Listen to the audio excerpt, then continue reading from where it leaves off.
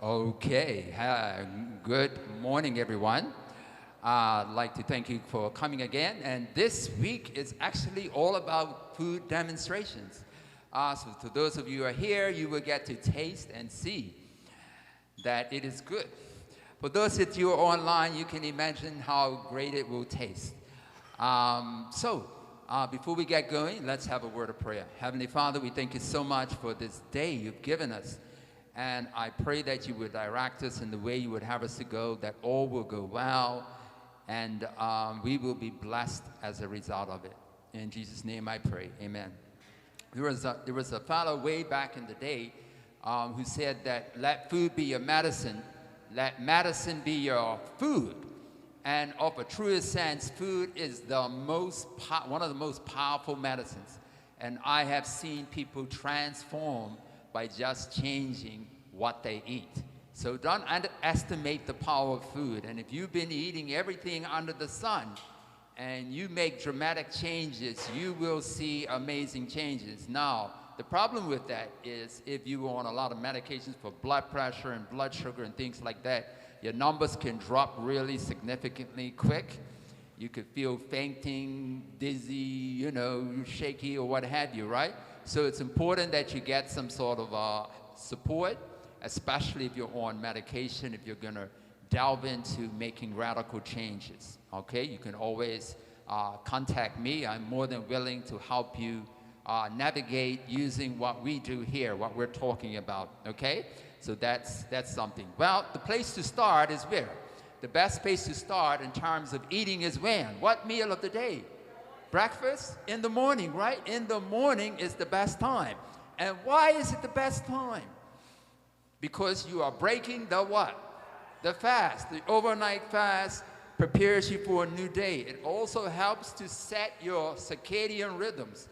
And what are circadian rhythms? These are 24-hour cycles of rising and falling, of temperature, of blood pressure, of hormones, all of those things. So you eat at the same time for breakfast early in the morning, and it helps you to sleep at night.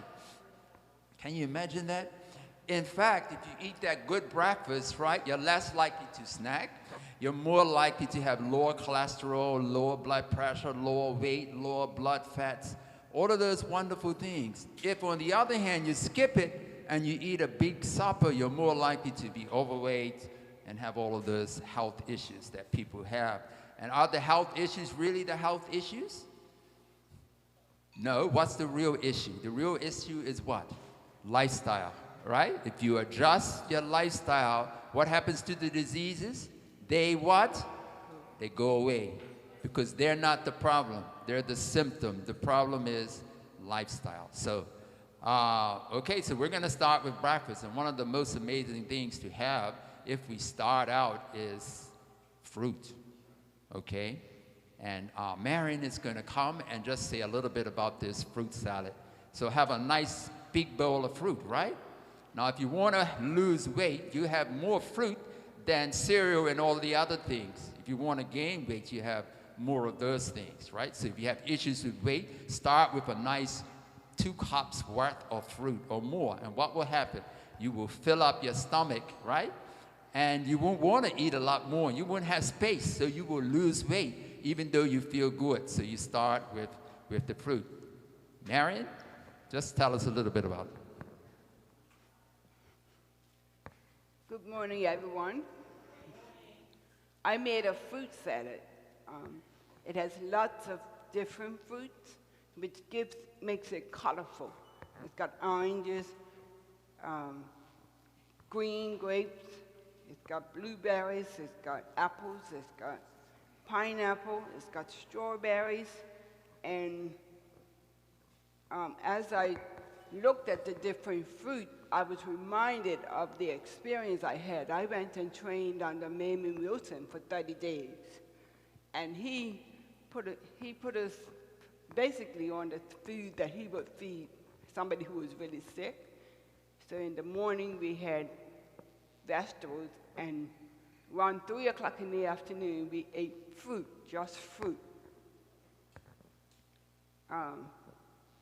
And all the fruit have wonderful properties that help heal the body.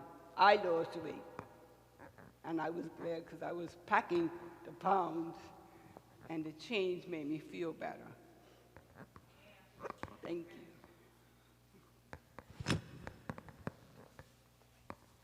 Okay, so one of the things you can put in fruit, many years ago, I used to work in a lifestyle center in Sewell, Alabama, and we had a restaurant in town, and I worked in the restaurant.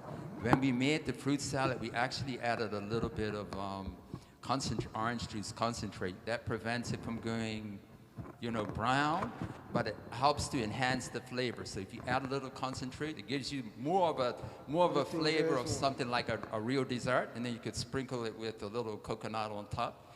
But a little orange juice concentrate really makes it pop. Wonderful. Well, the next is going to be something else that we consume, right? Waffles, right? Or something to eat. And this gives you a higher carbohydrate and proteins and all of those wonderful things. And Brother Wayne, my good buddy, we've worked together many years. Yeah. And I'm looking at myself, I'm going old gray. We started out a long time ago. And he's going to demonstrate a couple of things for us today. So sit back and while he's getting ready. Okay. And if you eat waffles, now basically we would tend to go and buy some waffles. And most of those waffles, they're pretty really light. Jesse. And not a lot of substance. But good old homemade waffles are good. You throw everything in the blender, blend it up, and then you pour it in the waffle iron. It's done for you. You can do up a number of things, right? You can make up enough for a week and put it in the freezer. You have layers of wax paper between, and then you can make a whole stack of them, right, on the weekend, and that could work for the whole week. So that's a little something you do in terms of waffles. All right, are we ready to go? Yes, sir. Okay, here is Wayne. Good morning, family and friends. God is good. Today I'm going to be demonstrating you, like Dr. Gibbons said, some waffles. In these waffles, I just switched it up a little bit, just on page 4. Actually, I'm sorry. I'm going to do the apricot date spread first. That's on page 4, too. Apricot date spread. Yeah? You all have it?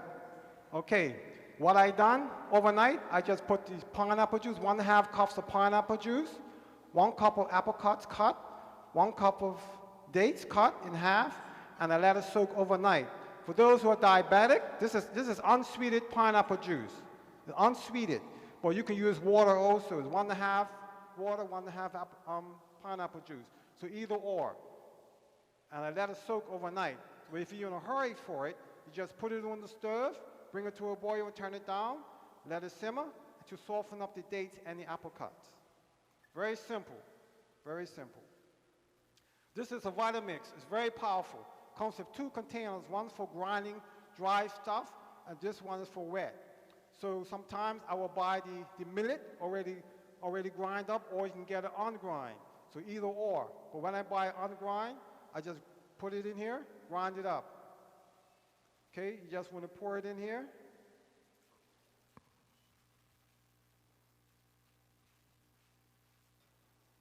This is a very tasty jam. Very tasty.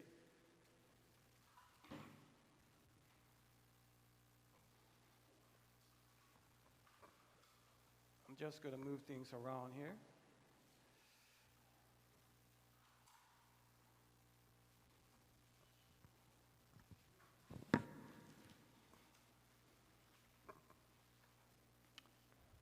And then you just turn it on.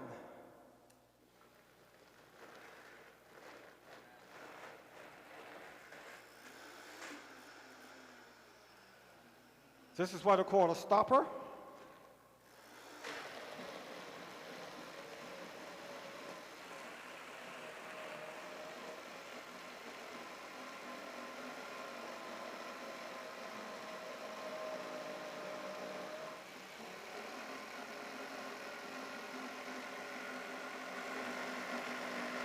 There you go. Apricot date spread.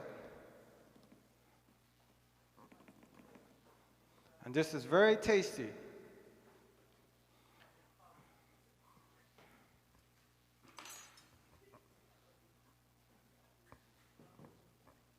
There you go. And then you just pour it out.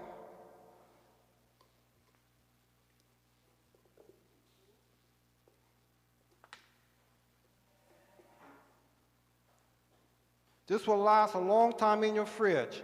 3 to 4 weeks. Yeah.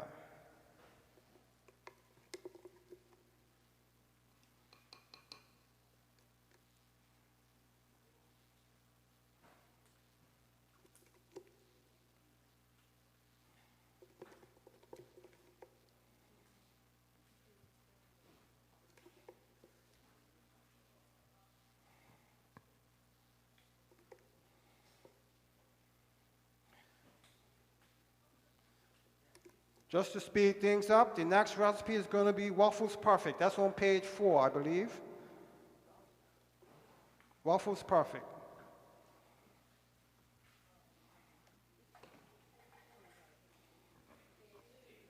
Page 2, okay.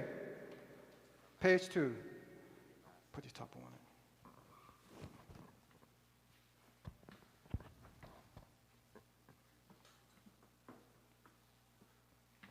Page 2, okay.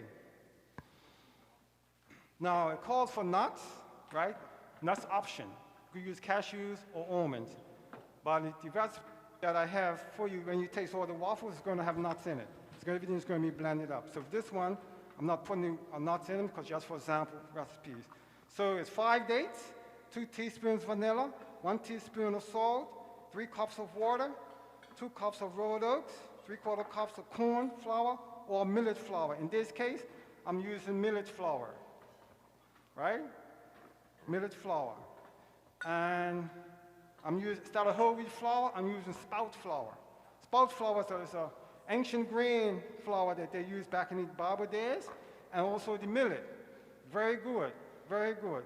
So it's 3/4 cups of that, and 3/4 cups of the millet flour. I'm not gonna wash out the blender. That will help me with my sweetener and the dates, right? It's 5 dates, so I'm not gonna wash the blender out. That will help with the sweetener also. 3 cups of water.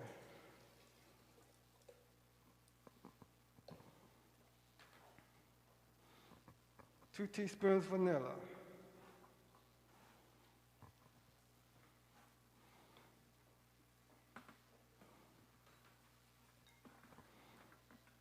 Five dates, cut them in half.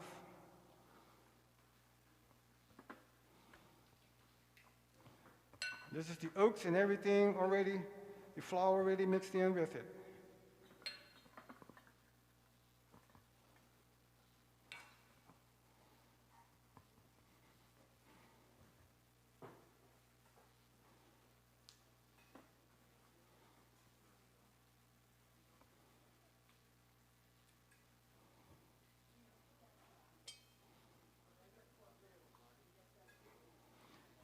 These waffles, they freeze well. When you make them up, let them, also, they freeze very well, and you can put flaxseed in there. If you use flaxseed, it's 2 tablespoons of flaxseed. 2 tablespoons of flaxseed, ground golden flaxseed. I find this one to be better. It's very nice. You can buy it already ground up, or you can grind it up yourself. Yeah. So that takes the place of the egg. Yeah, that's all that's for.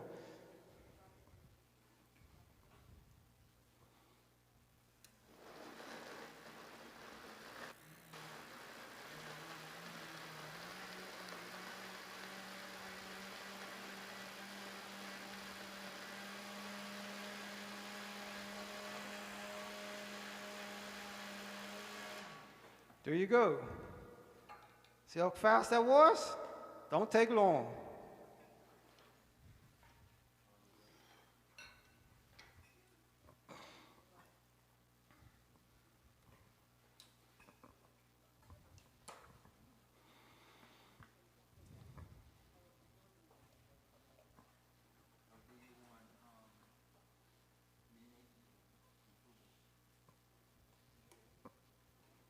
This is what I have for my breakfast. Just about this morning, I had some for my breakfast this morning. Yeah. Ones that I made last night. So you all can taste.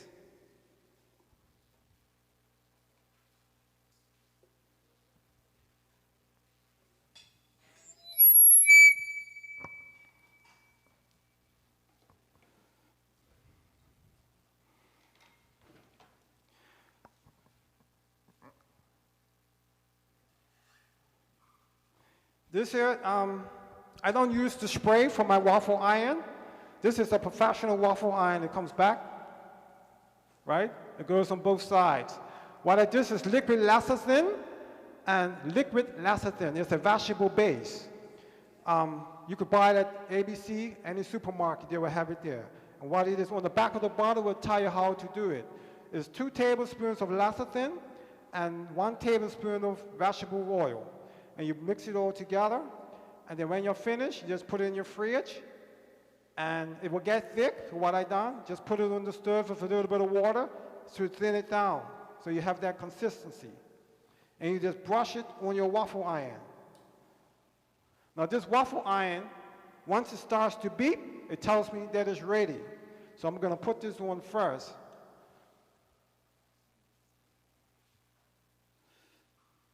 Everything's timed up.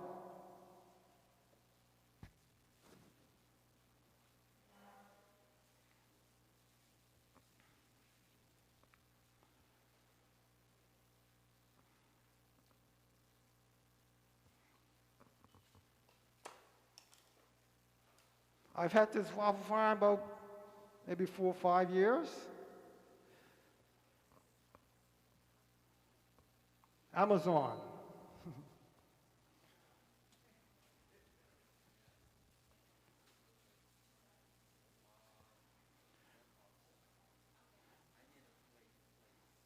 And you may just want to probably do it maybe once or twice, depends on how many waffles you're making. So once it beeps, it tells me that it's going to be ready. And these waffles are very, very filling, very filling. Now you could use any type of flour that you want, it's up to you. You could use walnut flour, all kinds of things you can use, almond flour, whatever, coconut flour. You just use your own discretion. The flaxseed I put in there is not in your recipe, so I put that in there. So you want to make it your own, and that's what I've done. And I've made a lot of waffles in my years. And Lee and I has been around since, what's the school down the road here? T.N. Tatum? Before it was T.N. Tatum? Right. So that's how long Lee and I have been together, doing cooking classes down there for the community. So it's been good. And I've learned a lot from Dr. Gibbons, a lot. So it's all good. So I'm just waiting for the waffle iron to get hot now. Once the steam light comes on, then it'll be ready. There's a few minutes. Yeah, so.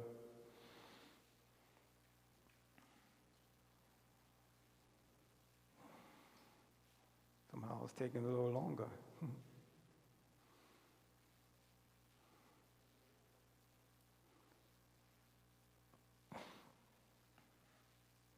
And after you want to let it, see that? It's ready. Right? And this, you want to use a cup, 1 cup, no more than a cup. Because what happens, once it heats up, it's going to soften the batter a bit. So this is a half a ladle spoon.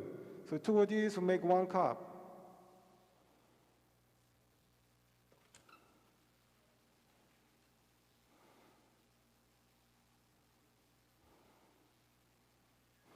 And you want to start from the sides and work your way into the center.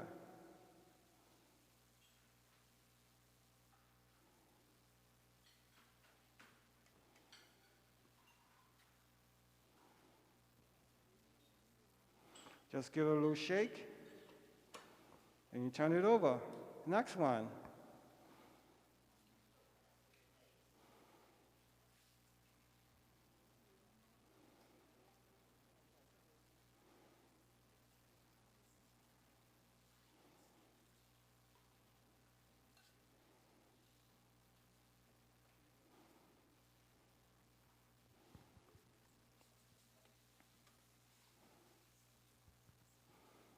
Dr. Gibbons said, the best meal of the morning is your breakfast. So waffles and fruit, it's a very good breakfast.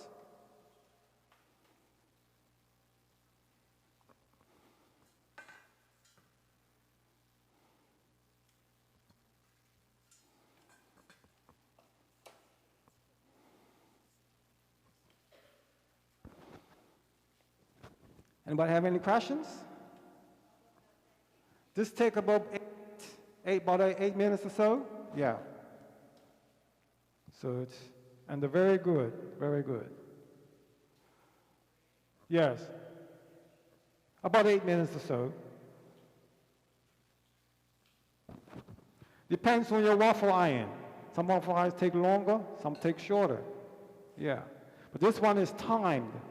So once it starts beeping again, it lets me know that the waffles are ready.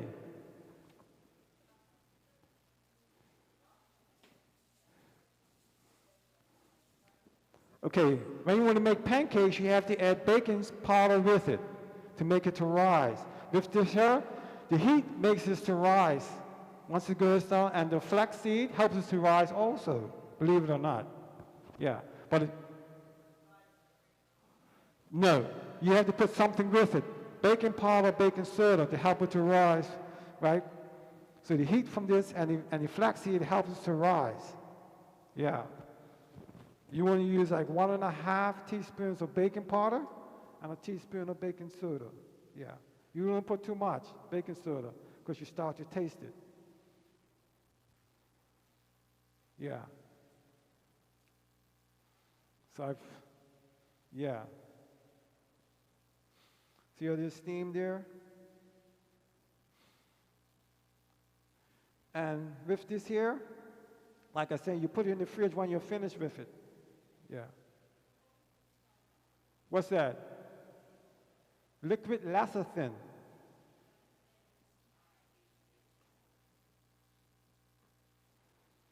It's, yeah. You could, if you want to use the spray, it's up to you guys, but you know, this is what I find to use better. Because the spray tends to go all over the place and it would dirty up all my wires and stuff like that. And this is very good, very good. And you want to use like a rubber spatula to take it out because you don't want to scratch all the black things in there. Once it starts to get scratched up, then it will start to stick. I didn't bring my...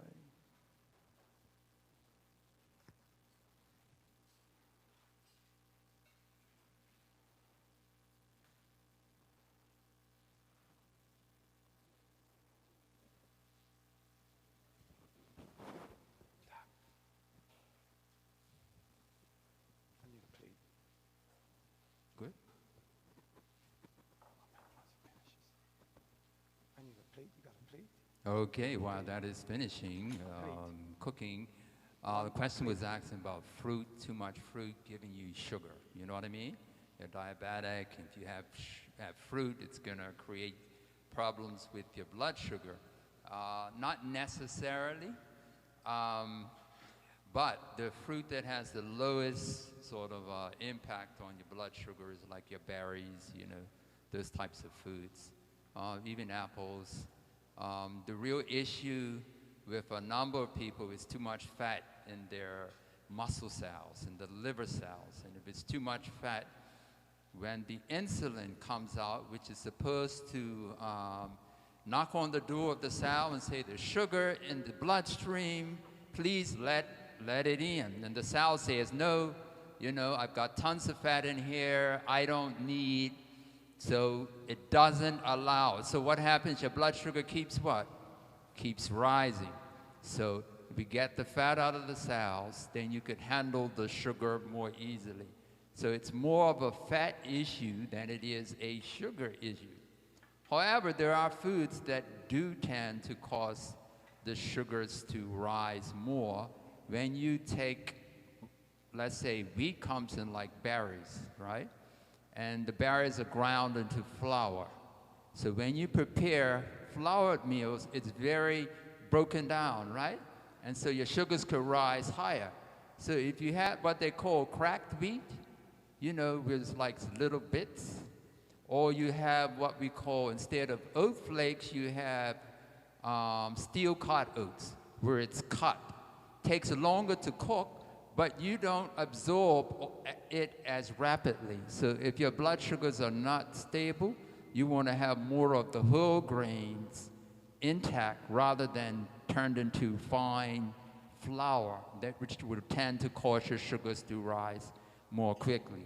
Now, the waffle you had here, we also have ones where you can add garbanzos or even soybeans that are soaked overnight. And then you get the effect of the bean in keeping the blood sugar lower, because beans have a better blood sugar control effect than grains. In fact, beans will help your blood sugars in 2 meals, the meal you're eating and the next meal. Now, how does that happen? There's this fancy process that the body goes through. So no matter what you eat at lunch, if you ate beans at breakfast, you'd have a lower blood sugar. So it affects 2 meals. All right, so you can make this where you add, and we did give you a recipe where it's, I think it's garbanzo waffles, and you can use soy. So if you have blood sugar issues, you know, try a combination of like that rather than just wheat, okay? And that combination will really help to keep your sugars down, and also you'll feel satisfied for hours. You won't feel like you need to snack, and it just balances things out. Also, you can buy a lot of flour too. You can buy garbanzo flour, garbanzo bean flour. You can buy all those things now. Yeah, instead of doing it yourself, you just buy it.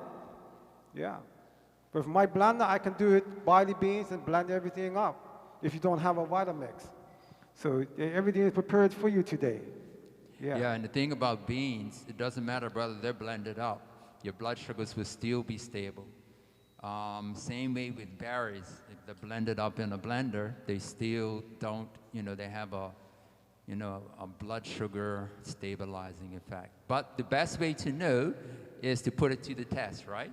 So you have a meal, and then 2 hours later, you check your blood sugars. And the question is, where are they? Are they through the roof, or are they closer to normal? If they're closer to normal, then what does it tell you? It tells you that what you ate at your meal, your body was able to what? Process it and deal with it. So that's important. Okay, here we go, Wayne. Question? Yes.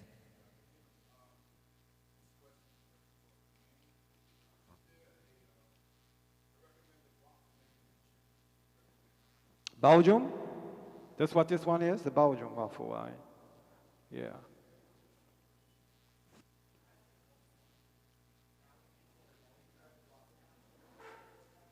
Ooh. That one just broke up a little bit. Yes.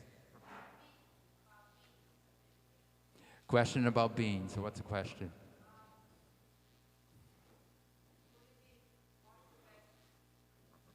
I'll repeat the question.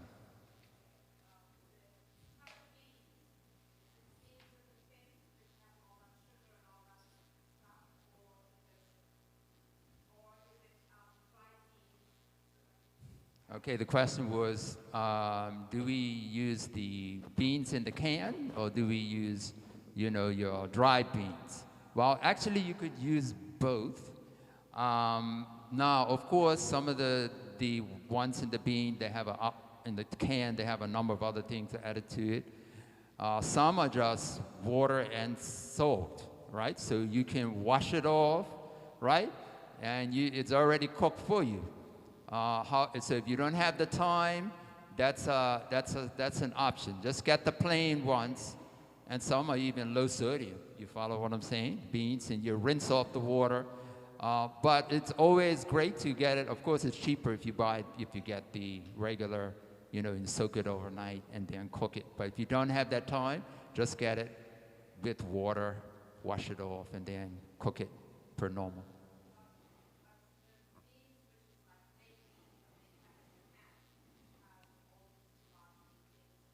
Yeah.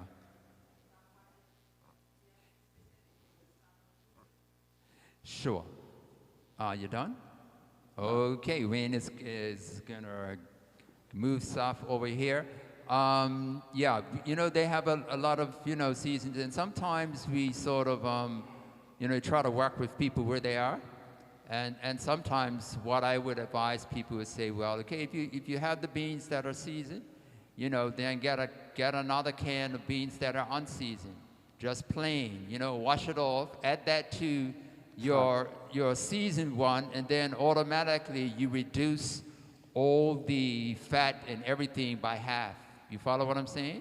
Because now you're adding something that's plain, you're mixing it, and it's not as rich, but that's one way of cutting it down without doing a lot of work on your part. Okay, any other questions? Sister Justin is going to calm Jessie, and Wayne is going to mic her up. And we were talking about a smoothie recipe that was helpful for people who have lupus. If you were here some weeks ago, and you asked that question, Justice is actually going to demonstrate a version of that original one. There was Dr. trying to remember her name. What's Golder? Brick Golder. She had lupus for a number of years, and she was told she couldn't have children, et cetera, and she took this smoothie recipe, and everything went away. All the inflammatory markers, everything disappeared, and the doctor was just said, no, you didn't have lupus, because when people get lupus, they don't, you know, they don't recover. You have it for life. Well, she's alive today. She has kids. She has no lupus, and her health is amazing. Okay, so okay, all right. Okay, are we good? Okay, Jussie, you hear me? Yes. Do they hear you? Can you hear me? Great. Good morning, everyone. How are you doing? I'll just bring you.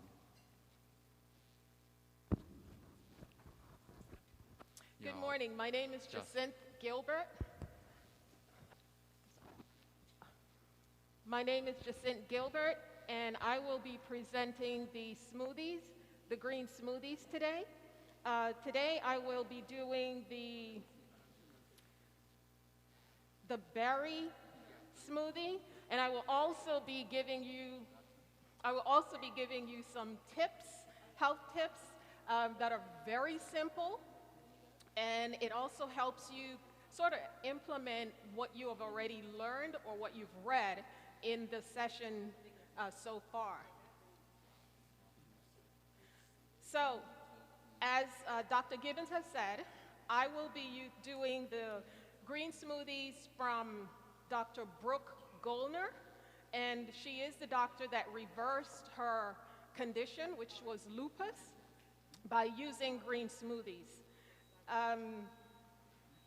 Her and her husband created the term, which was called hypernourishment, and that term refers to getting a large amount of nutrients through food, and you do it through smoothies. Now, I'm going to need some interaction, so you're not just sitting there looking at me. So can anyone tell me the difference between smoothies and juicing? Because people seem to use the term and not quite clearly understand what it means. Does anyone know what smoothies are? What's the difference between smoothies and juicing? Hold up. Correct. Hold up. If you're going to reply, you need to have the mic. The difference is smoothies have the fiber and everything still in it, And juices, they strain the pulp out. Yeah, oh, sorry. With smoothies, the whole fruit is blended up in there. With juicing, the pulp is strained out. Very good. That is the answer I'm looking for. So this is a blender. This is a Vitamix blender, very powerful. You have very powerful blenders in the market. You have the Vitamix.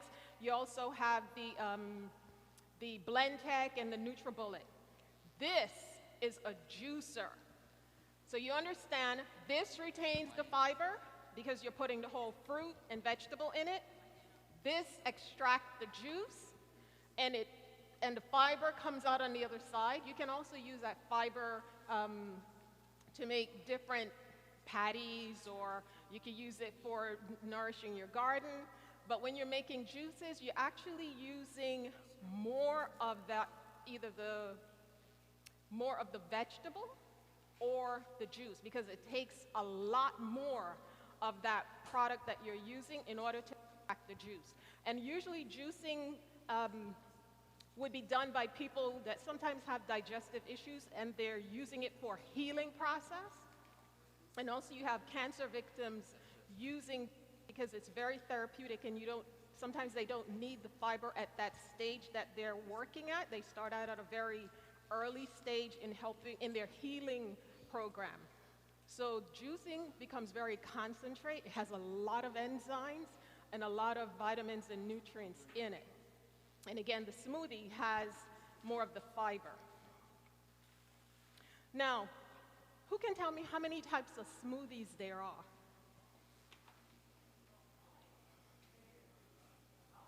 Basic, just generally, how many types of smoothies? How many? You said 5? Okay, they're basically 3 types of smoothies. 3. So 1, basically you would refer to as the fruit smoothies, because it incorporates any types of fruits. It's usually mixed with water or milk. You can use plant-based milk. Sometimes you use juice. And sometimes people use yogurt. I'm not a yogurt person. I mean, if you need the yogurt, you can use a plant-based yogurt. Then the other type is the green smoothie. Green smoothies usually consist mainly of dark leafy green vegetables and some fruits blended together with water, milk, or juice. The next one is a protein smoothie. I never thought about this, but protein smoothies are basically done with, there's some fruits in them, and you can use vegetables, and you also can use, tofu, and I believe there's a plant protein that you can also use to make your protein smoothies.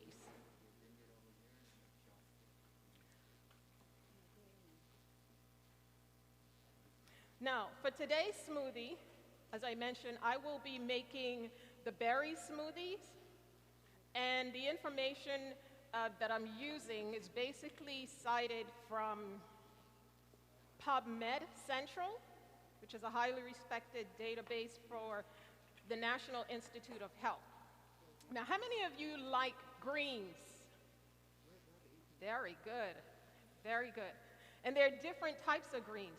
But in this particular smoothie that we're using, like I said, we're doing the berry smoothie. Dr.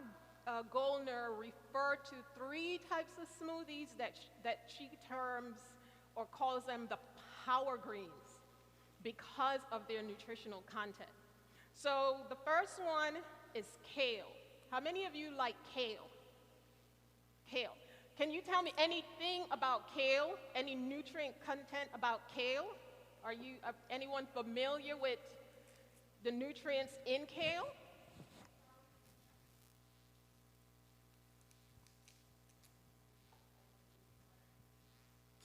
Calcium.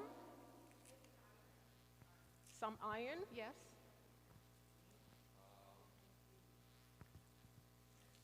So you have vitamin D, yes. You have vitamin A. You have vitamin K. Also, kale contains very high antioxidants, very high in antioxidants. They're one of the most nutrient-dense greens, and they also contain lutein and beta-carotene. I did not know that. I learned some things when I was doing some research on this. Which beta-carotene and luteins are antioxidants that help reduce the risk of disease caused by oxidative stress. Now, I know this is another very popular vegetable. How many of you like spinach? Good bit of you, yep. Can you tell me what are some of the nutrients in spinach?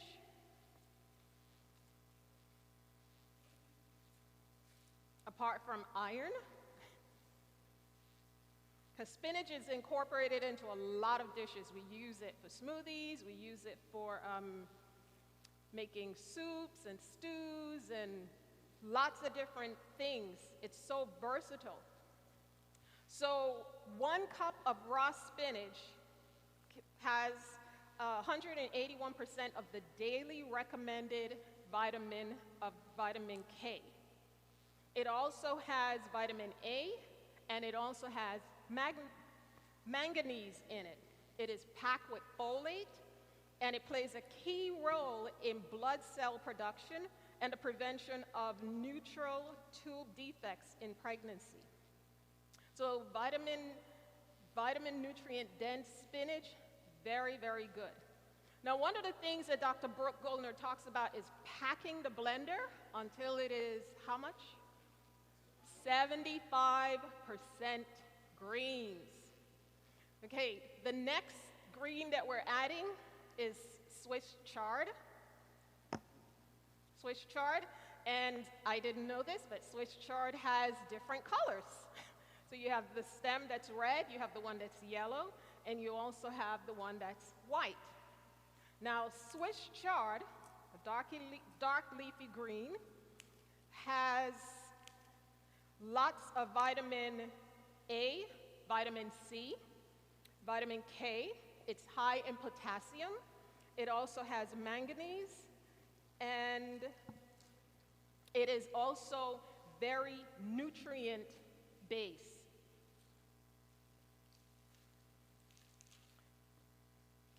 So as I'm packing this, does that look about 75%? Yep, looks about 75%. Okay, so once I've input all of my greens, now there's 2 tweaks I'm making to the recipe, and I'm only doing this because I find it adds a bit more flavor. For those of you who have an issue with greens, I will recommend that you can add lemons or lime, and you can also add ginger. So today, I'm adding ginger. So add some ginger, and I'm adding lemon. So my lemon, I kind of partially peel because I like to retain some of the skin. Do you know what's in the skin?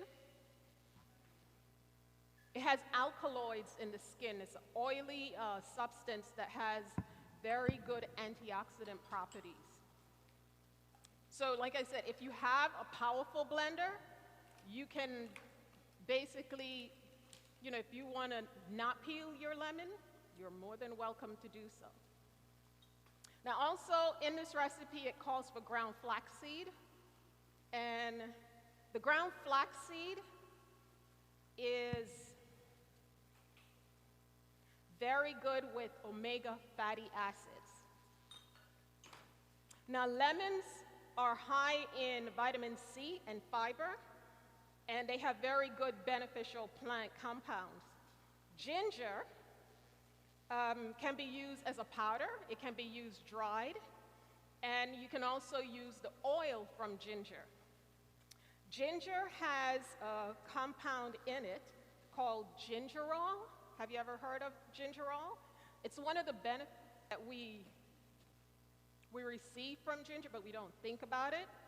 And gingerol is the main bioactive compound in ginger.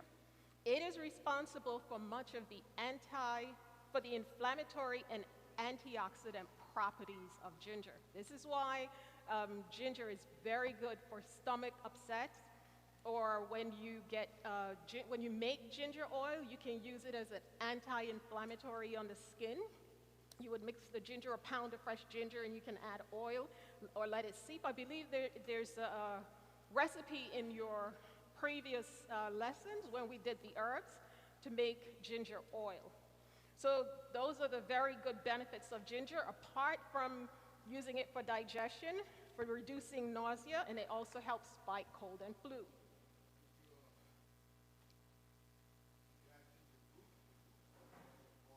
I'm sorry, this was ginger oil, ginger root. So I just washed it, peeled it, and cut it up, and that's ginger root. Yes. Okay, then you would add about enough water to where the greens are. So I would put the water in, and usually water is better when you're dealing with people that are diabetic, because greens are very, very good. They have very good healing properties. Apart from helping with digestion when you have the ginger and the lemon, the greens, again, because of their antioxidants, bring very good healing process to people trying to heal from various ailments. And if you have an issue with your pancreas, you don't want to use a whole lot of sugar for that. Now, the next, she basically says, is to pack it with the fruits afterwards. So I'm putting in bananas. Who can tell me some of the benefits of bananas? Potassium, yes. Everybody knows about potassium with the bananas. What are some of the other benefits? That's it? Everybody just knows about potassium and that's it?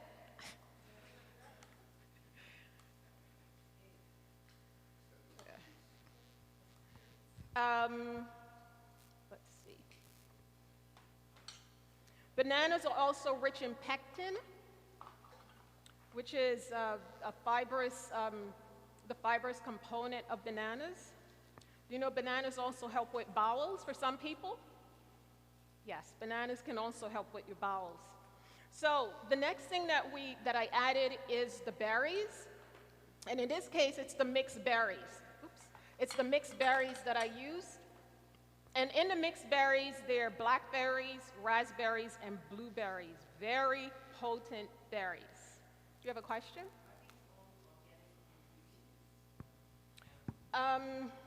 I wouldn't quite say they all are organic. I mean, if you can get organic,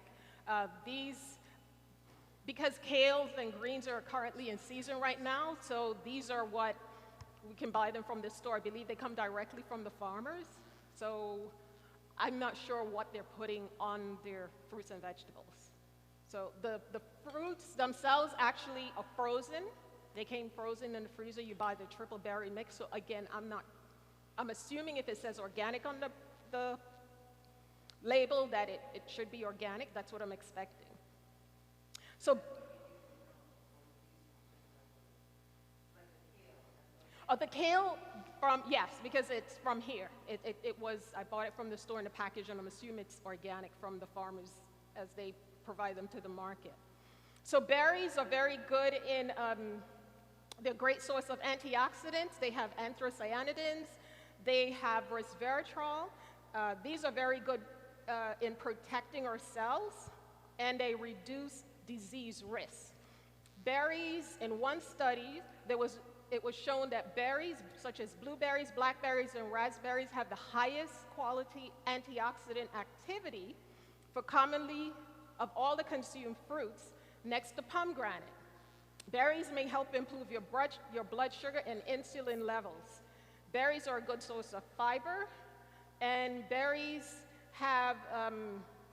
they can help with chronic inflammation, and they are believed to help people that have heart disease and obesity. Studies show that antioxidants in berries may help lower your inflammatory markers. So Once I have everything in here, then I turn it on.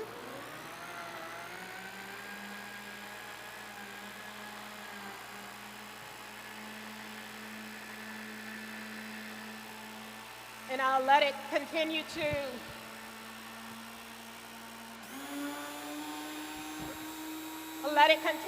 work until, can you hear me?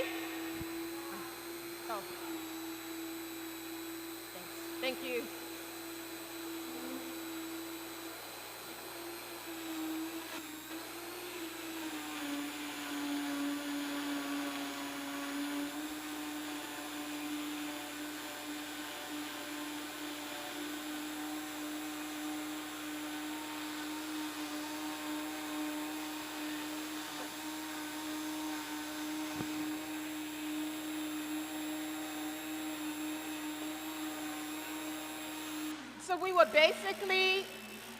So you would basically let this blend in this particular blender for about 2 to 3 minutes.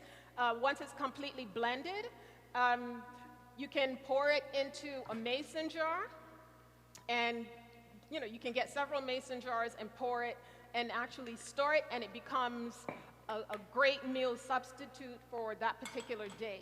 Now, if you have kids who cannot stand greens, this is a great way to get them to have greens. So what you can do, you will add additional fruits or more fruits, like your berries and your bananas or whatever fruits you want to eat, and you can make a fruit or smoothie bowl. Now, has anyone ever made a smoothie bowl for their kids or grandkids? So the smoothie bowl is actually taking the smoothies. Again, like I said, you will add additional fruits, so it's a little sweeter for the kids, but they're getting all these greens, which is great. And then you can add chia seeds. Chia seeds would thicken it a little bit more in consistency. Then you pour it into a bowl, and then you can decorate it with fruits and some bananas, or you can even have the kid help decorate it with fruits. And that way you can get them to get some more fruits in there. Also, you can put in the smoothie bowl, you can top it with granola, which is great. So they'll get their fiber from the granola, and they'll also get the fiber from the greens. Now, while we're at this, or talking about some of these other things, I wanted to just give some tips for you based on the herbs presentation that we did earlier. So this is rosemary, and one of the things that we talked about was using rosemary for healing or using it for different things. One of the things you can do is you can chop up your fresh herbs. So I have parsley, I have chopped rosemary. I can put them in here. We talked about using garlic, all the alkaloids and the great benefits of garlic. We can take that and chop up some onions, and from there we can add some olive oil, and then we have an infusion of herbs, and it's healing herbs. And what we can do with these herbs, you can let it sit, you can make a big container, add whatever herb that you want based on what you're trying to do. Then you can take some of this, add lemon juice to it, use it as a salad dressing. Fresh herbs, great, you have your anti-inflammatory. If you want to add it to your Caribbean dishes like peas and rice, you will add, let's see, you can add some parsley and chopped, these are all fresh chopped bell peppers, in addition to your garlic and your onion. Do your infusion, pour it over your peas and rice. Fresh herbs, healing power, great. If you want to do an Asian dish, then you can also add a bit of sea salt to just give it a little bit of flavor. If you want to do an Asian dish, you will use your garlic and your onions. You can also use your green onions and cilantro. Again, infuse it and pour it over your Asian dish. If you do stir-fried rice, you can, and this is how you can incorporate your healing herbs into your dietary process. One last thing, one last tip, If you have to go to, let's say for outpatient, or if you have any friends or family members that are going to the hospital for whatever reason, you can take your olive oil, put it into a container, because this way you're making an anti-inflammatory rub. You can put the oil in the container, do a few drops of tea tree oil, because we said tea tree oil is what? Anyone remembers? Anti-inflammatory. You can take some drops of peppermint, add it to this, and you can also add some lavender, and you actually have a rub. And this particular rub, you can, when you get your shower, your bath, whatever, if you're in the hospital, rub it all over your skin when you come out of your shower. If you're going for outpatient treatment, you can do it before. This way, you're actually protecting yourself, and you're using natural herbal means to do so. This is one thing I did when my husband was in the hospital. So I made some for him, and he was able to use this every day, while he was in the hospital. So those are just some quick tips and tricks for you to use. That way you can get your, put your fresh herbs to use if you needed some ideas on how to do so. Okay, thank you so much. Let me take this out.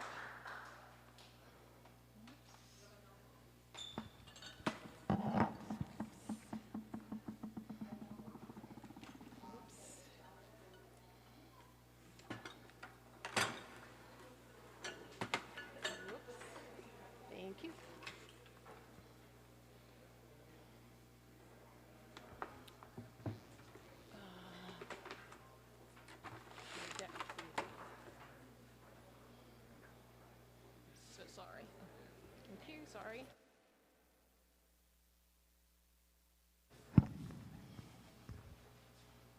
Okay.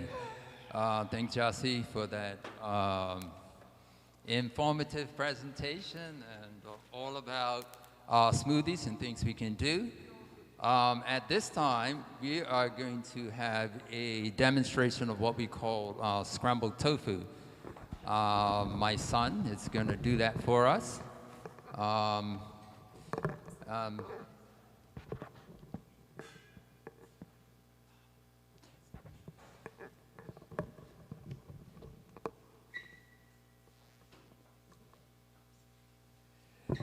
All right, while he gets set up. Okay. All right. It's a very simple recipe, and page 5.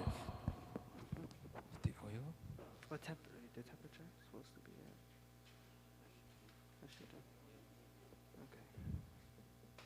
at? Okay. All right. This is Ryan's time.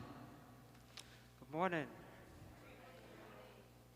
How many of you know what tofu is made of? Anyone know what tofu is made of? Soybeans. And what are soybeans known for and used most for? No. Go ahead. Just speak. Can you hear me now? Is the mic picking up? Okay, there it is. All right. Okay. Can you hear me now? Okay. Okay.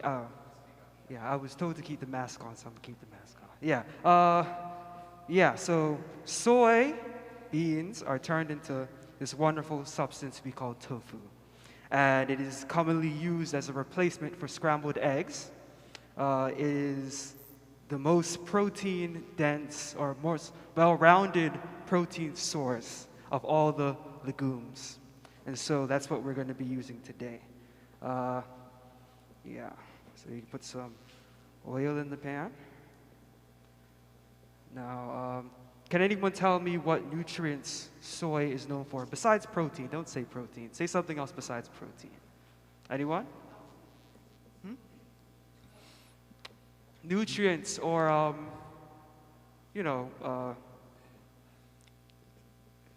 vitamins. Okay, tofu has some chemicals that are similar to female estrogen. estrogen, and it's good for people going through menopause. It's good for balancing hormones and whatnot. So that's something, if you haven't heard that before, that's something to learn. Okay. Tell them what you think. I don't know if this is, so yeah, go ahead and add the onions to the hot oil. Onions are very good for your immune system. Onions are very good for your immune system. They also contain selenium. You can hear? We also contain selenium, which is, it's good for you. It's one of the daily recommended things. And yeah, so we just saute this until it's getting translucent.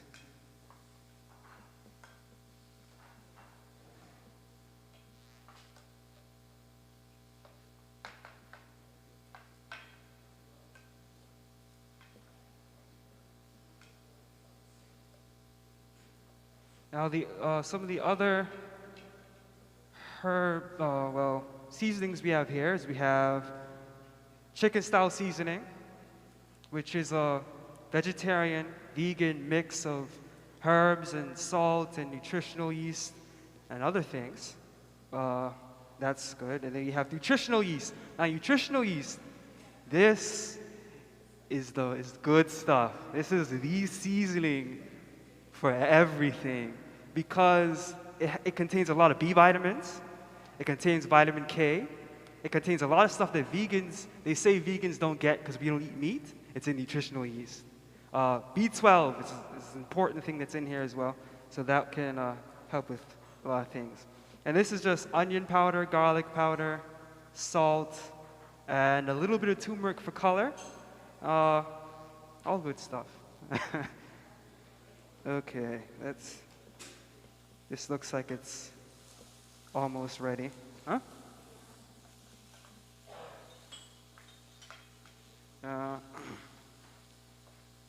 Okay. Now it's time to add the tofu.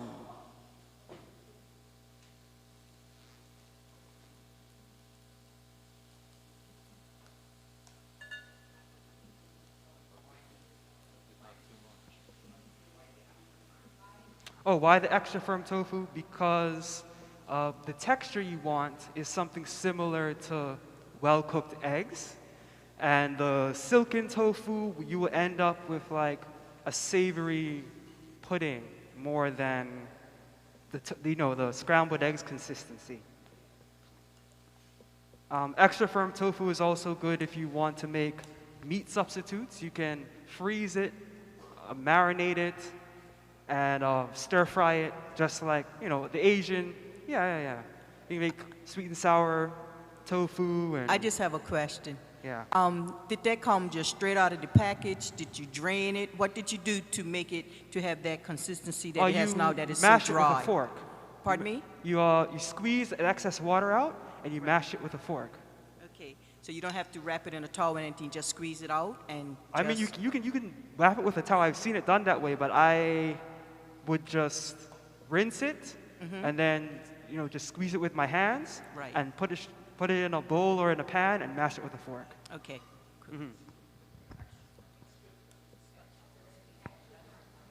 This looks like it's almost too much tofu for this pan. Okay, probably maybe a little bit more for the pan, but that's because we multiplied the recipe, and it'll work, so that everyone can get a good taste of it. Now, a lot of people are afraid of tofu, right? They say if you have breast cancer, you're going to what? And is that true? Did we talk about it? There's a different type of estrogen, right? It turns off bad estrogen, turns on good estrogen. It goes into the docking station so that estrogen, the bad estrogen, can't get there. It sort of latches on and it can't get there. So that's how soy works in terms of breast cancer. This is salt, pepper. No, sorry, not pepper. Salt, onion powder, garlic pepper, and turmeric. The turmeric is for color, so it has that nice golden kind of yellow look.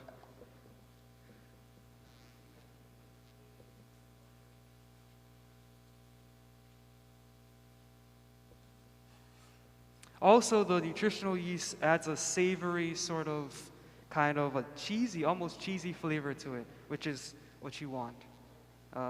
More of an eggy sort of flavor.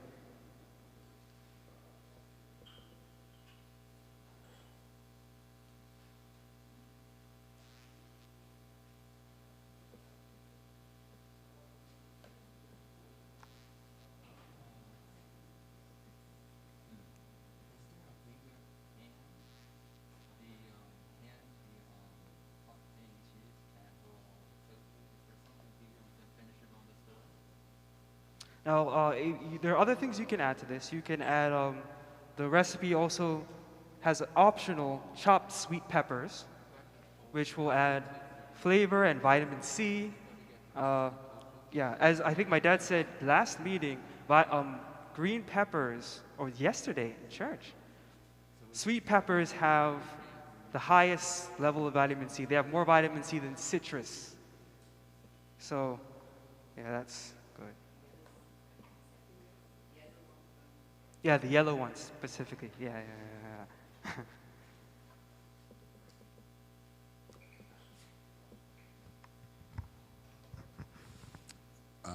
Are you familiar with the salt that smells like egg? Yeah, black salt. Yes. Black salt. That's supposed to make tofu taste very close, similar very to egg. close. So yeah, we use a black salt, and it has a eggy smell, taste. That can help things. Is that okay, doctor? Yeah. I did not know that. Yeah, it has a little bit of sulfur in it. Yeah. I don't know what the health implication of that is, but supposedly it's good. I mean, a lot of vegans use it. I don't know. Right. The sulfur in the eggs can, in people, ulcerative colitis. So some people who have bowel problems, it's because of the sulfur that's in there. So we take them off eggs, we take them off dairy, and they heal. All right? Isn't that amazing?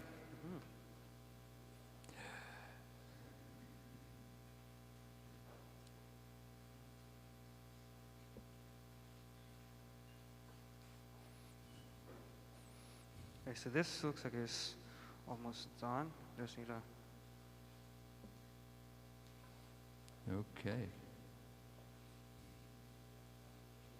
Good.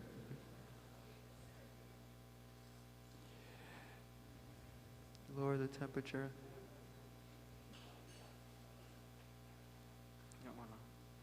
Don't wanna burn it or over stir it.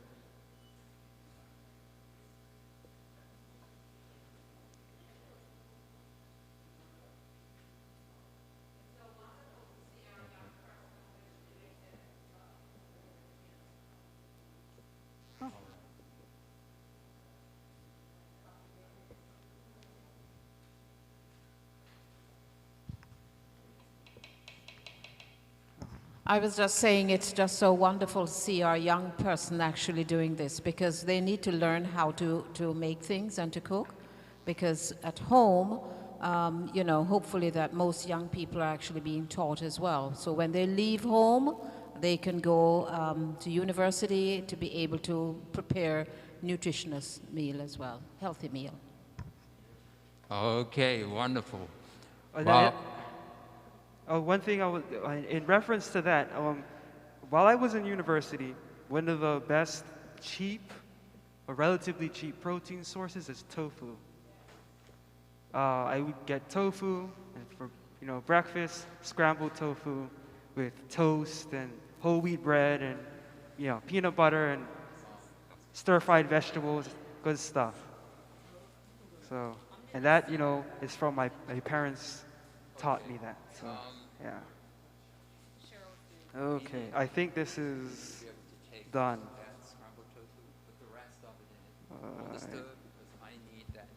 Yeah, there's quite a bit of excess tofu, but that's okay. All right, so, and you can change the consistency of this. You can cook it a little more and it'll get, depending on how much moisture you squeeze out of it, because this particular tofu that we use had a little more water in it. If you squeeze out more moisture, it gets kind of drier. And depending on how much oil and whatever else you use, it can get kind of like refried consistency. But that's it, it's finished. Okay. Okay. All right, so we'll finish that up in the kitchen because of the size of the pan and put the rest of it in there so you'll get a taste when that is all done. Thank you, Ryan, so much, and let's move it on out.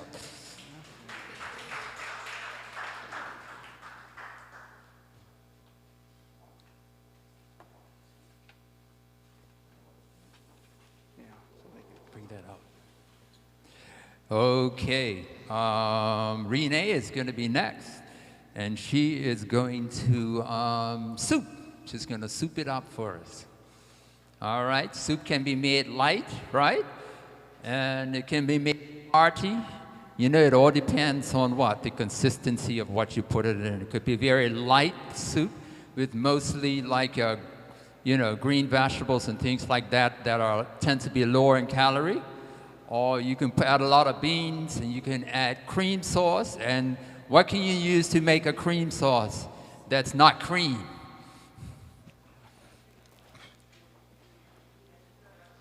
Cashews. Cashews could be used. Of course, coconut milk could be used. And it gives it that nice creamy texture, but it's a healthier version, right? Beans, different things that can thicken it up. Now, cashew works amazing. We've used a lot of that in lifestyle centers. It'll thicken and all of that. But this is, you need to get mic'd up. All right, so get that mic from my son, and she'll be right here in a few minutes. So Renee is just going to talk it through, but you're going to get to taste the finished masterpiece. All right? What was I saying? Yes, cashews. If you blend cashews with water and you put it on the stove, it will thicken, right? And then you add chicken salad seasoning or whatever, and it makes this nice, rich, tasty sauce that can be used, or it could be used in a dressing. All right, are we ready to go? Test. Is it on? That works. All right, it is on. Just bring it right.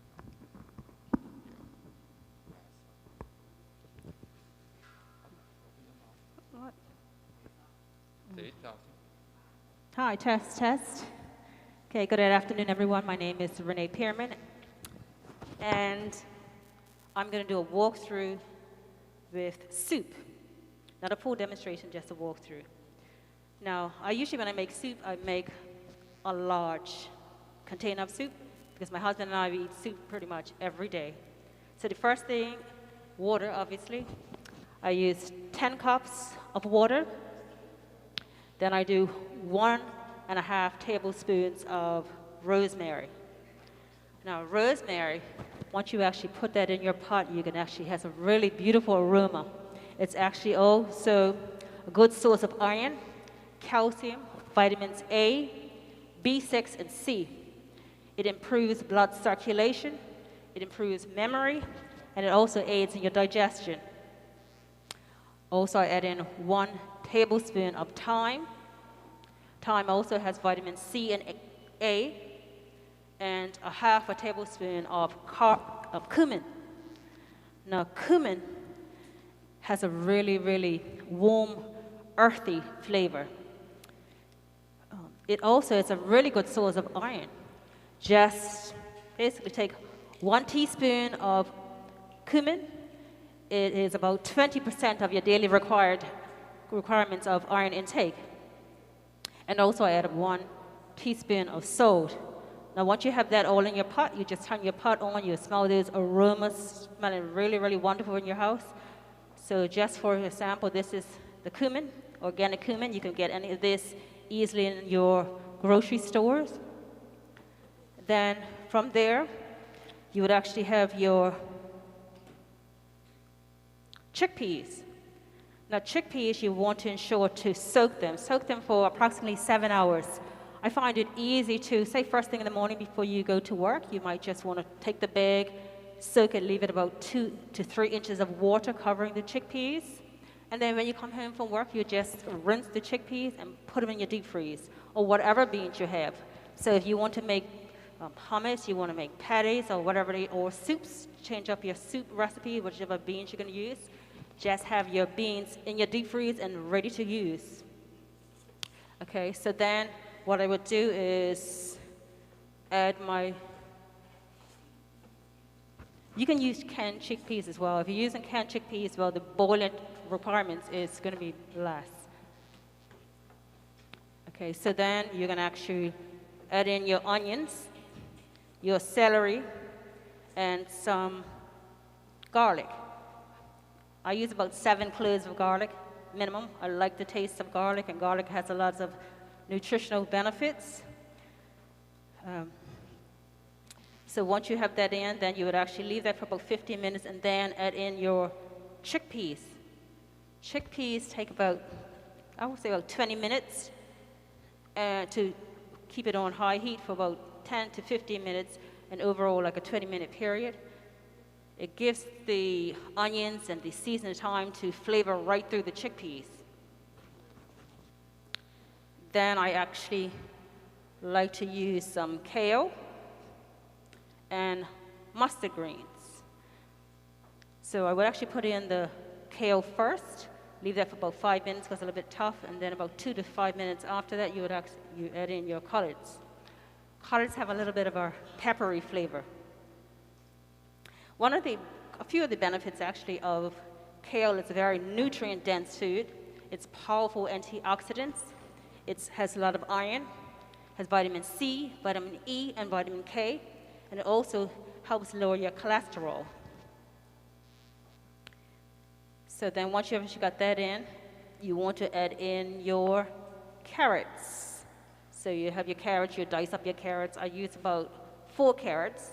You can change that a bit depending on your requirements, what your taste buds like. So I put in 4 carrots, leave that for about 5 minutes. Then after that, I would add in my butternut squash.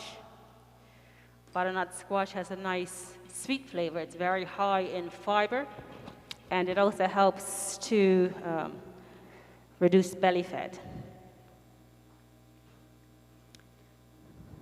So once that's all in your pot, now it's nicely cooking, you're smelling the aromas in your kitchen, and you just can't wait. You know it's just almost done. You turn off your heat, and then I add in just about a half a cup of corn, just to give it a little bit of texture, and corn also has a variety of your B vitamins. So now you've got your pot turned off, and it's just still nice and hot. And from that point, I add in, as Dr. Gibbons actually mentioned, a bit of sauce. Now, you can actually use a bit of cashews. I actually use coconut milk with mine. So I actually take about 2.5 cups of pumpkin. I mix that with a can of coconut milk and 2 cups of water. I put that in my Vitamix and blend it for about 30 seconds. And it makes it a creamy texture. So I like my soup a nice creamy, hearty taste. So once that's done, I will take that, pour it in, give it a nice stir. And finally, the last thing I like to add in is some nice essential fatty acids, and which is both a tablespoon of flaxseed, and I also would add a tablespoon of chia seed. This again is very nutritious. One thing with flaxseed actually removes the free radicals that are actually inside of your system. And chia seed is very high quality protein. So you're not just getting taste, you're not going to just have a nice smell that's going throughout your household, but it's actually, the soup is a very medicinal and nutritional food. So I always, like, whenever you're cooking, whenever you're preparing, I always believe whatever you're eating should not just taste good, but should also be medicinal, should also be healthy. And like Dr. Gibbons actually mentioned earlier, and this is one of my favorite quotes, is let food be your medicine, and medicine be thy food. So everything you put in your mouth, think of how is it healing me? How is it benefiting my whole body, my whole being? Because God actually wants us to be one that is connected with Him and have our minds clear. We are fearfully and wonderfully made, and He has provided these foods for us to help us to grow, to have our minds actually open. A question here. The pumpkin, when you mix it with the coconut milk, it's still raw? Yes, the pumpkin is raw, it's uncooked. Okay. Any other questions?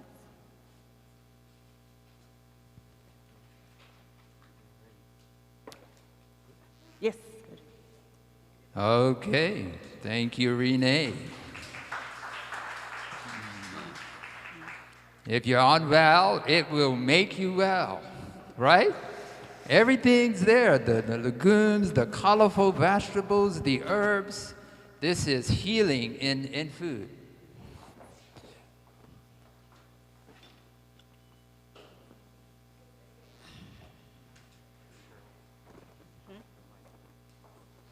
Okay, so how's it going so far? Any questions? All right, next we're gonna have Cheryl. She's gonna do, beg your pardon? All right, Cheryl's gonna come quickly, and then I'm gonna finish off with something, okay? All right, then we're gonna put it all together. Have I got it right? No, we're probably going to be close to 10:30, and for those of you who are here, I'm sure you don't mind staying a little longer because you're going to actually eat the food, right? Okay? Sounds good? All right. So. Okay, so Cheryl will be here in 1 minute. For those of you who are listening, next week it will be hydrotherapy. Now, originally we had intended to do it where we can do, demonstrate and each could be participating. But because of all of this madness, we're going to do it right up front. So I will be demonstrating and showing different things, and so you will be watching. There may be an opportunity for something that you can engage in that will smell really nice and make the place smell nice. And we'll put some essential oils in some little things, and you just put a little something over and breathe it in. And we have a really nice smelling one, lemon essential oils. Boy, that stuff smells nice, okay? And so lemon is quite healing, right? And so the healing properties in the plants are in the essential oils, all right? And so you get a whiff of that or something like that. Yes?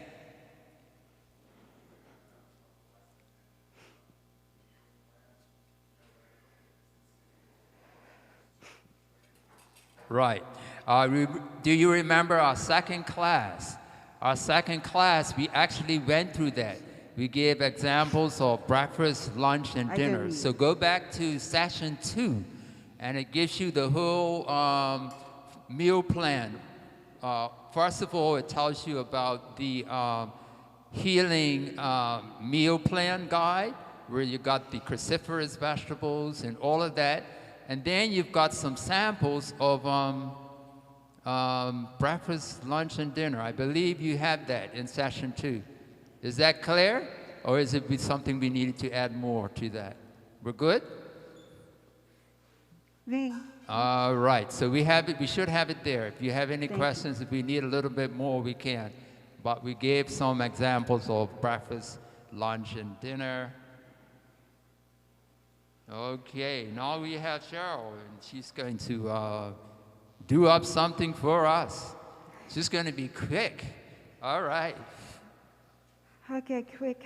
You can hear me clearly? Okay, good. Okay, I'm going to be making sweet chickpea coconut curry. The first thing I'm going to put in is the oil. I'm using coconut oil.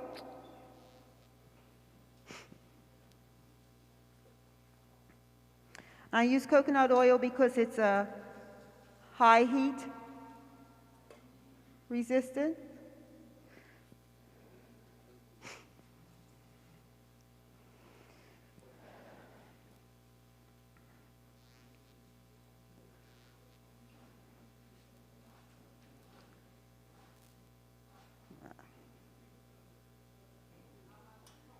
I'm sorry, 2 tablespoons of coconut oil.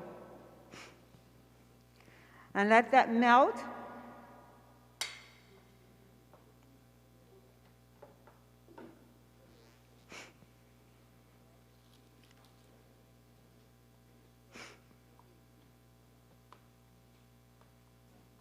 And then I'm going to put 1 cup of corn.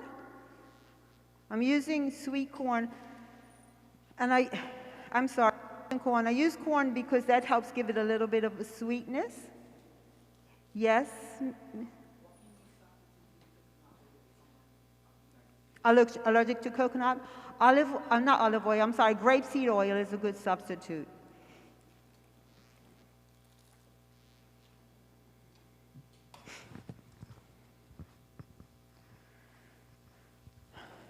Okay, while I'm waiting for that to melt, I'm using kale, and this is organic. This was picked first thing this morning, fresh from my garden. And gardening, that's a whole nother class, but it is a good form of exercise. And if you've got your senior citizens, you can get a garden that's, built up a raised garden so they don't have to do bending down so much.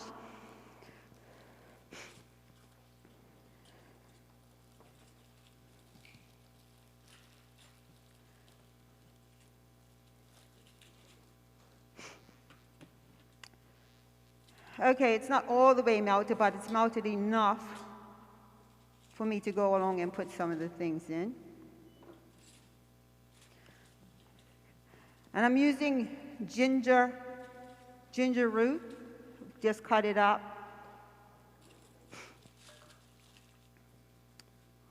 Chopped garlic, 4 cloves of garlic.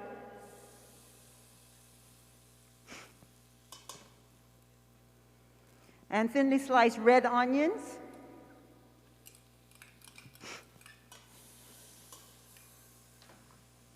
Put the corn in.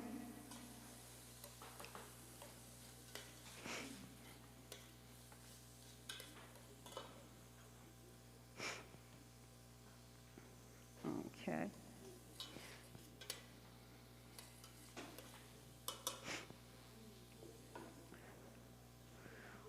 While that is getting ready, I've got the 1 cup of water, and in it I'm going to put 1 teaspoon of McKay's chicken seasoning. And if you don't have that, like if you have vegetable stock or vegetable cube, you can use that instead. But I got this advice from my daughter. She's the real cook.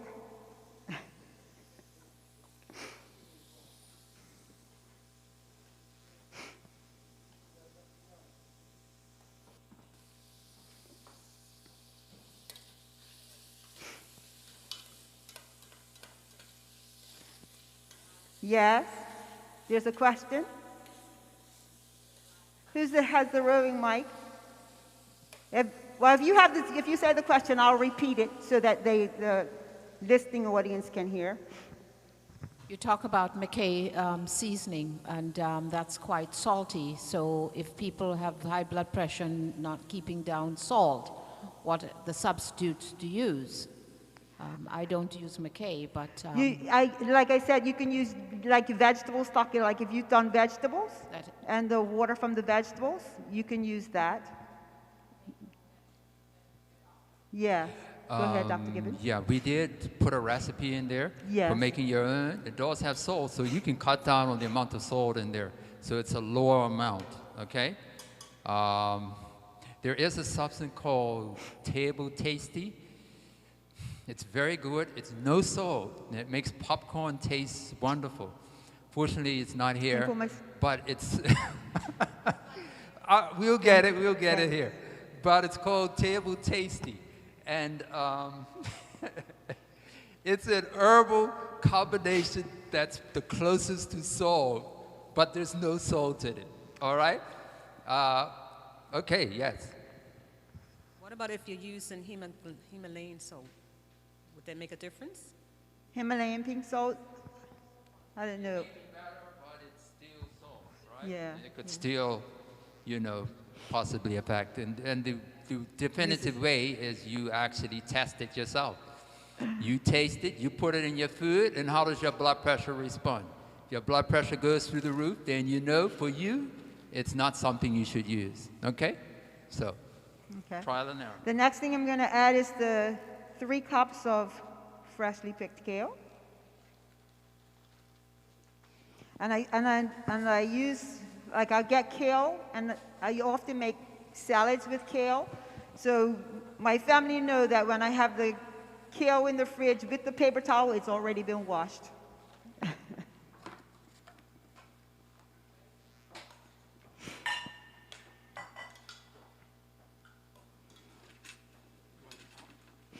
And you just want to stir it till the kale is kind of wilted down. And this one being pretty fresh, it's pretty soft, so it will wilt down quite quickly.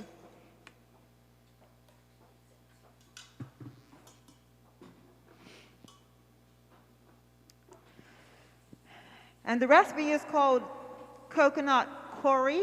However, I'm not using curry because curry usually has some pepper in it that could possibly irritate the gut lining. And all of this is the salt, the cumin, coriander, turmeric, and smoked paprika. To replace the curry, you can put cumin, coriander, and turmeric together. That's a good replacement for the curry. And if you're making this, you can start off, although I've got 1 teaspoon of salt in here, but you can start off with a ½ teaspoon of salt, and then when you or you can not, if you're using the McKay's chicken seasoning, you can start off with no salt, and then at the end, see how it tastes and see if you still need to have some salt in it. But this does have the salt in it. Sure, I did add a recipe in there for like a curry, non-alarm curry. So you've got a recipe for making your own in the handout, okay? Okay, and this is a quick meal.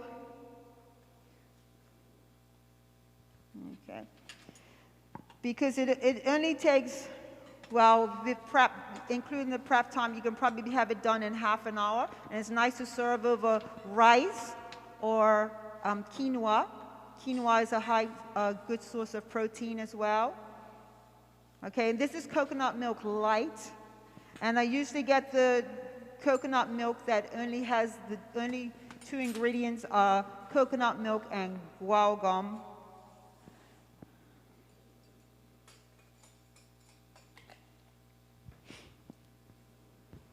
Okay.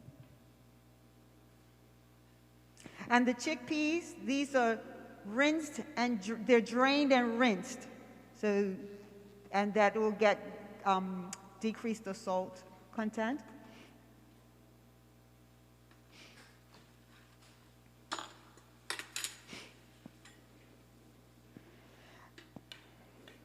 And the last thing you need to add in here is, and I put optional, is a tablespoon of coconut sugar. Well, I use coconut sugar.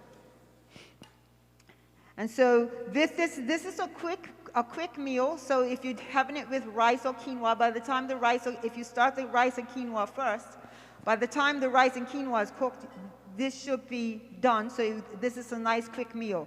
So this is a nice fast food.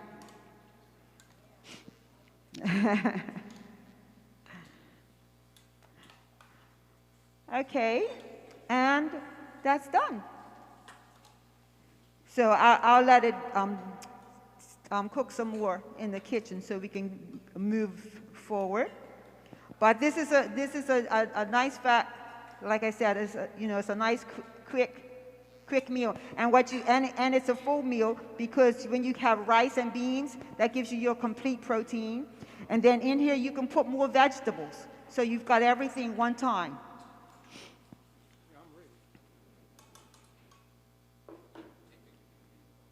Okay? Any questions? All right, thank you so much, Cheryl. This is great. You're gonna get to taste. Yes, I'm sorry, one question.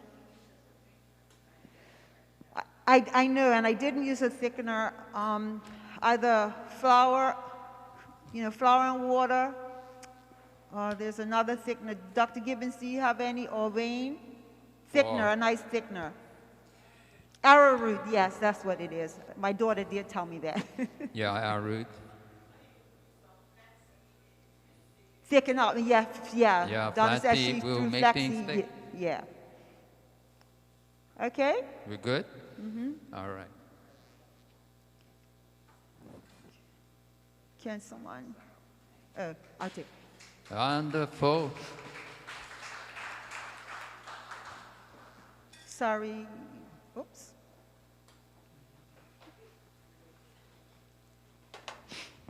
Sorry, excuse me.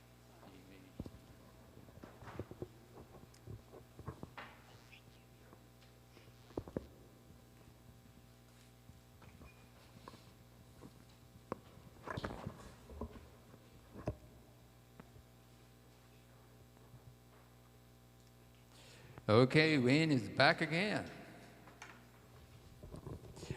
Fruit crisp. Okay, he's going to be finished in 5 minutes max.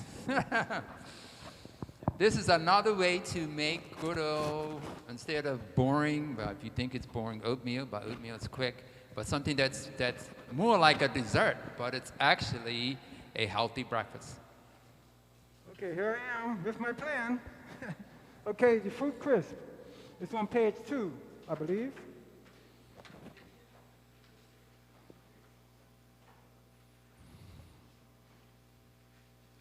Let me know when you all have it. Yes? No? I'm sorry. Page 4. Page 4. You got the fruit peach crisp, fruit pineapple crisp is what it's called, and then you got the crumble that goes on top. So what happens, you take the fruit out of the can.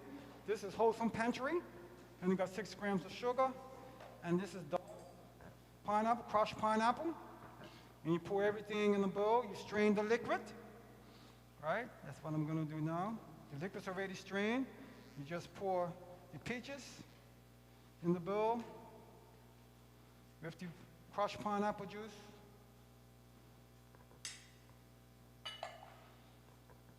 Mix everything together. Once it's all mixed together, you want the liquid, you want to put it on the stove. It calls for arrowroot, 2 tablespoons of arrowroot.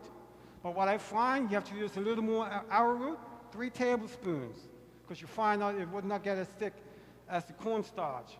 I don't have no arrowroot, so I'm using cornstarch, fortified with calcium. So you just use, if you're going to use this, exactly 2 tablespoons, no more, because it will get too thick. So, but the arrowroot, you use 3 tablespoons. That comes through experience. You just got to do things accordingly. Right? Now, the crumble topping. It's 3 cups of regular oats, 1.5 cups of coconut, 1.5 teaspoons of coriander. I don't have no coriander, so, yeah, but what you have out there, it's all done. 3/4 teaspoons of salt. Now, I don't have no honey. It calls for 3 teaspoons is 3 tablespoons of honey, right? That's a mistake on my part. And 3 tablespoons of water. If you don't use honey, you can use maple syrup, right? That will go in the liquid. Put it on the stove, on medium heat, constantly stir it. And you want to put dilute the arrowroot or the cornstarch with water. Dilute it first before you put it in here. or 2 tablespoons of water with this and dilute it, and then you pour it in here. Now, before it gets hot, don't let this get hot because what happens is it will thicken too fast. So once it's cold, you stir it about, put it on the stove, and then you put it on medium heat and you constantly stir it. It will come clear and it will come thick. And after that, you put it in the oven and you bake it for 45 minutes, 40 to 30 minutes, depending on your oven. Some ovens cook fast, some ovens cook slow. So whatever your oven you have. And then you mix, all this is already mixed up. And this is the maple syrup and water, right? Now, I have another recipe, it's not in there. What I do, I use date butter. What happens is 1 cup of dates, 1 cup of water, put it on the stove, let it simmer down, blend everything up, and then you use ½ a cup of date butter. Put a little bit of water with it after it's done, and then you mix it with the oats and coconut and stuff. That's, you could use that also. And that way it wouldn't be as flaky as this one is. It will firm up, and it'll be nice and crispy. The recipe calls for granola cereal, but I just made my own, right? Now this will get poured on after the liquid is thickened up. Once I put it on the stove, and this will go on last, and then you bake it. This is an easy dish to do. One of my favorites. My first one was apple crisp. You could change the fruit, just change the fruit, that's all you do. And your liquid, you want to use apple juice or pineapple juice, whatever flavors you, and use the same amount of thickener with it. Yeah. If you want, you can leave the skin on the apples or take it off, it's up to you. To get the more fiber, you want to leave the skin on. Yeah, so once this thickens on the stove, then you pour it over the fruit, and then you put that on top, and you're good to go. That's it. That's it. And all that has been prepared today, you're all going to have a taste of it.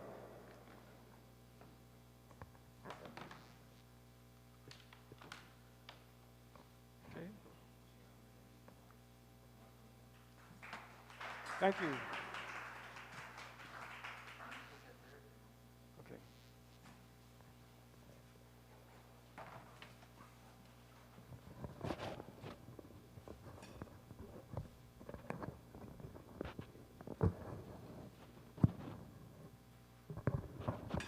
On the air.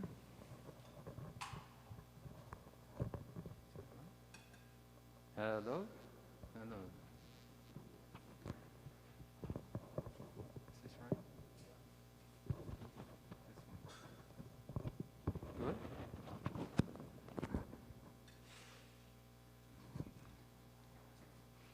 Hello, hello, hello. All right, I'm the last one, and I'm going to just demonstrate one recipe. It's seasoned soy curls. Soy curls, what is soy curls? It's on page 6. Let me get what I need. Okay, soy curls, unlike tofu, is the whole soybean. Tofu is not the whole, so think of soy curls as 100% soy. But the way it's prepared, it's cooked, it's dried in the oven, and it has a texture like meat, right? So it can taste like anything you put to it, all right? This recipe, you can see it's got the olive oil, you've got your, I put some onions and garlic along with it, and the soy curls, which you soak for 10 minutes in hot water so it, it's dry. Somebody actually thought it was chips like, but they were sadly, you can't eat it. It looks a little like some dry chips, but if you did that, you'd have a serious problem. No, it's like dried vegetarian meat, right? But it's the whole soybean, so everything that was in it originally is in it. So you put it all in the pan.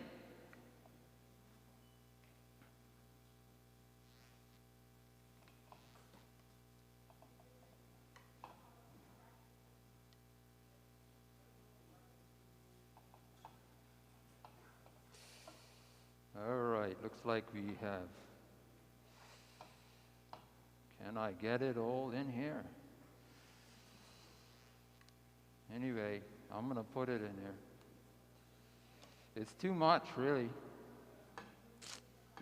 All right. Tell you what. I can't turn it. So we will tell you what we're going to do. Okay, see what it looks like? All right. It's a whole soybean, and it has the texture of meat. All right, but it's 100% all soy. So it's got Bragg's liquid aminos, which is similar to soy sauce. It has less sodium, and it's unfermented. It has maple syrup, right? Real sweet and sour. You know, it has a little cayenne to give it a little heat. Liquid smoke, I didn't have any of that, but I found this, it's a powdered version. So I wasn't sure, so I just used a little. All right, but I've made it without it, and it comes out just fine. We've actually had it tested with some folks who work at my job, who eat everything under the sun, and they actually liked it. So the best people to test are people whose taste buds are really, you know, they're off the hook. All right. When we work in restaurants, the food at the restaurant is richer than the food in the conditioning center. All right? And these are people who are not necessarily unwell, you know, so we make it a little bit more flavorful sometimes. But so this is pretty flavorful recipe. And we're not going to be able to finish it all. One of the things, when you do the soy curls, you probably want to do it so that it's sort of more of a drier finish, and it brown and drier, and it helps to really develop the flavor, okay? If you do it not long enough, you know, then it's not going to develop that nice, delicious flavor that you say, man, can I have more, right? So, okay, this is going to take a little while. So, any questions?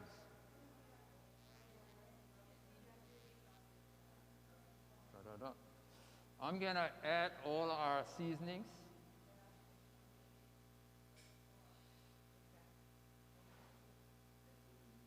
That's the mixture. That is everything besides the maple syrup, okay?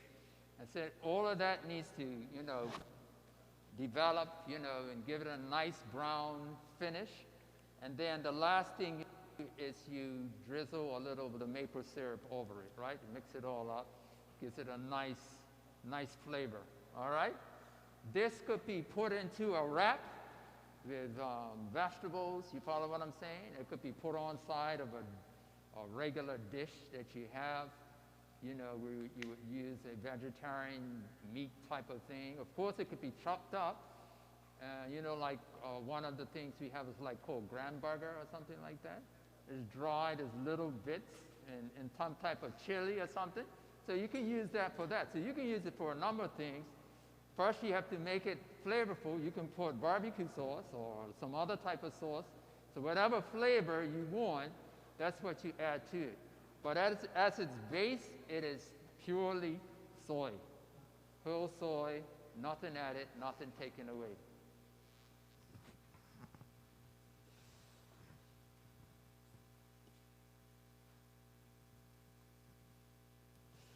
Okay, so next week we'll be back with a quiz.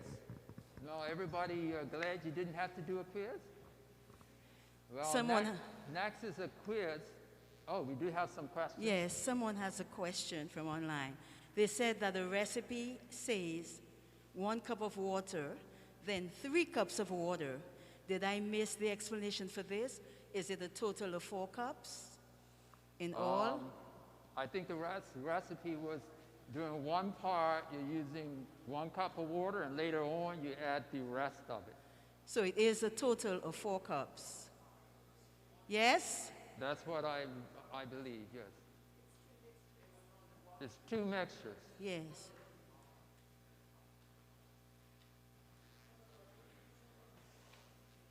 Okay.